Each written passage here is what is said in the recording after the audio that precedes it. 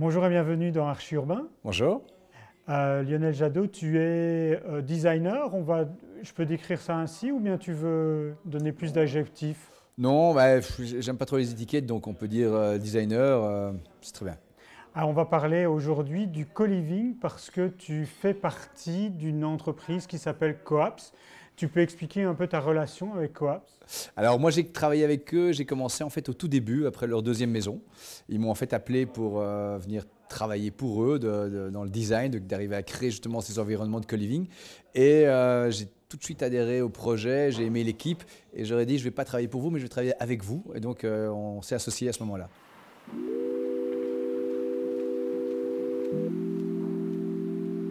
Pour démarrer avec le début, c'est quoi du co-living? Alors le co-living, l'idée c'est de créer des maisons d'habitat partagé. Donc c'est des gens qui habitent ensemble dans une même maison et qui se partagent des espaces communs comme une cuisine, un salon ou une salle de jeu, une salle de gym. Qu'est-ce qu'on pourrait donner comme différenciation par rapport à la colocation classique? Ce qui est différent, c'est le niveau de professionnalisation des acteurs qui proposent ce type de logement, puisqu'en fait, ce qu'on voit, c'est que c'est un secteur qui est majoritairement organisé par des sociétés de gestion qui ont souvent un nombre important de maisons, parfois entre 30 et 50 maisons. On dédie le lieu à des jeunes entrepreneurs, donc c'est des gens qui commencent dans la vie active, qui travaillent et qui ne sont pas étudiants. Ce qui différencie aussi, c'est la nature du contrat, puisque souvent, ce sont des baux individuels entre un locataire et la société, et non pas un bail collectif qui concerne toute une maison. On a certains de nos membres qui testent les nouvelles maisons. On a un de nos plus anciens membres qui est là depuis le début et tous les 6 mois il change et il va dans la nouvelle maison qui s'ouvre et il vit des aventures en co-living depuis maintenant 4-5 ans et donc il nous suit dans chacune de nos maisons. Et certains membres peuvent shifter, comme maintenant on a des projets à l'étranger, peuvent faire 6 mois, 8 mois, 1 an en Belgique et décider d'aller vivre à l'étranger et bouge à New York ou bientôt à Paris parce qu'on ouvre Paris bientôt. Donc c'est clairement un mode de vie plus nomade. Ce sont des gens qui n'ont pas spécialement d'attache, qui n'ont pas envie d'être propriétaires et qui ont un mode de vie assez libre. J'ai choisi ce genre de logement parce que je ne voulais pas trouver un appartement toute seule. Je voulais être avec plusieurs personnes. Ça paraissait une solution quand même de facilité parce que Coaps, c'est un organisme où c'est pas très compliqué de trouver sur Internet. Et voilà, donc ce que je cherchais principalement, c'est d'être avec plein de gens différents et notamment internationaux. On axe absolument notre manière de penser sur la communauté. C'est vraiment un de nos points forts. Je dirais qu'il y a d'abord la communauté et puis le reste, on essaie vraiment de créer quelque chose de fort qui met les gens ensemble, qui permettent de collaborer, de vivre, de créer de l'événement ensemble. Donc c'est vraiment un de nos chevals de bataille. Mais comment est-ce qu'on fait pour créer cette communauté? Comment est-ce qu'on fait pour que des gens qui restent 6 mois s'entendent, se parlent, travaillent ensemble, s'amusent ensemble, etc.? Alors il y a bien entendu quelque chose d'organique qui se passe assez naturellement. On essaie de créer un environnement propice à cela. Donc tu vois les maisons dans lesquelles on est, donc je parlerai un peu plus tard de comment on les fait, mais on essaie de créer quelque chose qui soit convivial. Là on est dans le salon et la cuisine est derrière nous, donc les choses se passent, les gens cuisinent ensemble, vivent ensemble. Et à côté de tout cet aspect vraiment plutôt, on va dire, quotidien, on crée aussi des événements qui se passent par notre équipe de marketing et de développement de tous ces projets-là. Ça peut être une dégustation de vin, ça peut être la visite d'un événement, ça peut être des choses qui rassemblent les gens, pas simplement d'une maison, parfois de plusieurs maisons ensemble. Et ça, c'est vachement bien pour pouvoir trouver des amis. Et je savais aussi que les événements étaient très intéressants. Et on a aussi une application qu'on a développée nous-mêmes et qui permet de rassembler en fait, les gens ensemble et qui soient interconnectés aussi les uns aux autres. Co-living, colocation, habitat groupé, c'est encore autre chose? Oui, l'habitat groupé souvent donne plus de place à la participation de ses habitants, et puis on a souvent des habitants alors qui sont propriétaires et qui s'engagent aussi dans un projet sur la plus longue durée. Le co-living, c'est plutôt un logement pour des gens qui restent à partir de 3 mois et plutôt autour d'une année. Je connais des gens qui sont arrivés chez Coaps, ils devaient rester 3 mois, finalement ils sont restés 2 ans. Donc moi je ne sais pas encore dans quoi je m'oriente, mais oui c'est vrai que c'est très pratique.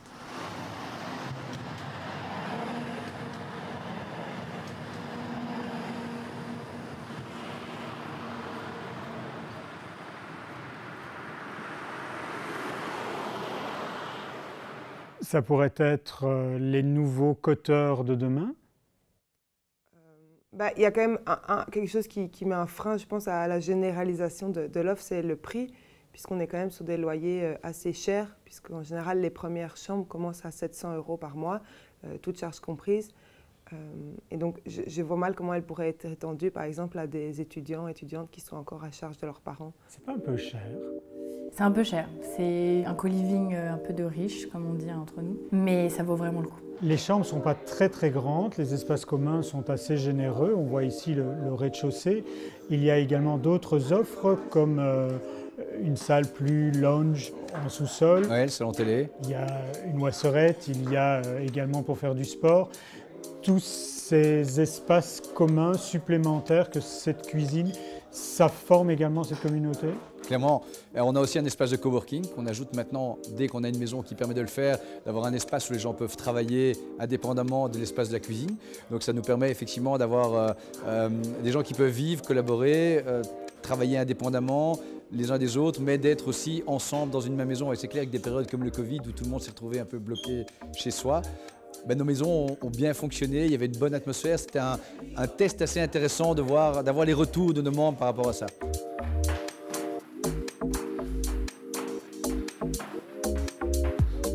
Comment est-ce que tu caractériserais ta vision de l'aménagement d'intérieur? Moi, je dirais qu'il est assez coloré. Est-ce que tu es d'accord avec ça et comment est-ce que tu compléterais ça? Alors oui, quelque part, c'est clair que j'aime bien les couleurs, j'aime bien amener les couleurs, mais à la base, quand on travaille dans des projets de co-living, en fait, on fait des projets très variés. Moi, j'ai aussi une agence où on fait de l'hôtellerie, du privé et d'autres projets. Et dans mes collaborations avec Coapps, qu'est-ce qu'on essaie de faire? C'est de raisonner de manière assez radicale dans la manière de rénover une maison. Dans le sens, on réfléchit beaucoup à comment ne pas apporter trop de choses en plus. On essaie de trouver ce qui existe sur place. Par exemple, tu vois, dans cette pièce, on a détapissé les murs. Et j'ai trouvé tout de suite que la patine qu'il y avait en dessous du vieux papier peint était intéressante. Et donc ça permet de garder cet esprit brut et cette poésie qui se dégage des murs, qui est en fait une patine naturelle. On vient peindre à ce moment-là un plafond en couleur plus vive, qui vient créer une dichotomie, mais qui crée une énergie aussi. Donc mon approche est très liée au wabi-sabi, qui est cette philosophie japonaise qui nous apprend à accepter le vieillissement naturel d'un matériau, accepter que ça s'abîme, accepter et trouver de la poésie dans ça et de la beauté. Donc c'est un peu, on plie un peu la manière de rénover classique où on fait des white box, on met des gyproc partout et puis après il n'y a plus d'âme en fait. Nous on fait l'inverse, on gratte pour essayer de trouver l'âme. Dans mon mode de travail, je suis attaché à l'upcycling, donc c'est quelque chose que je fais depuis, je veux dire, très très longtemps, depuis que je suis tout petit quasiment. Et ce mode de travail, forcément, je l'adapte à des rénovations de ce type-là. Et je creuse dans mon métier beaucoup cet aspect-là pour essayer de comprendre qu'est-ce qui va apporter de la dynamique ou pas. On ne viole pas nos maisons, on essaie de les préserver dans l'état où elles sont et de magnifier ce qui est existant. Dans tes ateliers, tu as mis ensemble différents artisans pour avoir toutes les main-d'œuvre possibles et imaginables pour les différents matériaux que tu voudrais utiliser. Alors ça, c'est un projet qui est différent, mais qui est plutôt lié à quelque part, qui est lié à mon enfance et à la manière dont j'ai été élevé. Je suis né dans un atelier de fabrication de sièges.